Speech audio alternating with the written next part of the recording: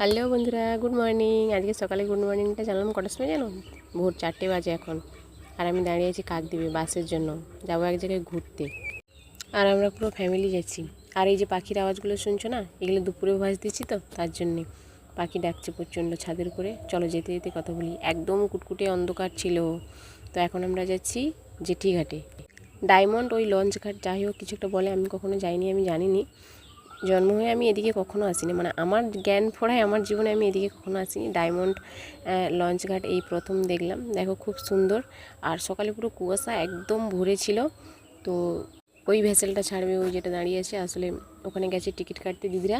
তো ওর উল্টো পাশে এখানে ছিল একটা কালী মায়ের মন্দির, এখানে কী লিখেছে নৈহাটির বড় মা মন্দির। তো আমি জানি না আর অরিজিনাল মন্দির কোথায় এটা বলে ছোটোখাটো কিছু, তো তোমরা যদি জেনে থাকো অবশ্যই বলো, আমি জানি না। এদিকে দিদিরা টিকিট কেটে নিয়ে আসলো। এই আমরা সকলে যাচ্ছি। এখানে আছে আমার বড় ননদ, ছোটো ননদ, আমার শাশুড়ি মা, তারপরে দু জামাইবাবু, আমি, আমার ছেলে, ভাগ্নি সবাই ছিল এখানে। ভ্যাসেলে আমি বসে গেছি। লঞ্চ বলছি আমি জানি না তো তার জন্যে।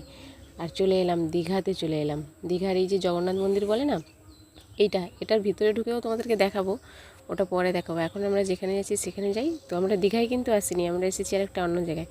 তো তোমরা ভিডিওটা দেখতে থাকো, দেখতে দেখতে বুঝতে পারবে। আর এতদিন পরে ভিডিও ছাড়ার কারণ, এটা আমরা গেছিলাম ওই চতুর্দশীর সময়, মানে শিব পুজোর সময়। আর এতদিন পরে ভিডিও ছিলাম, আমার শরীরটা প্রচুর খারাপ ছিল তার জন্যে।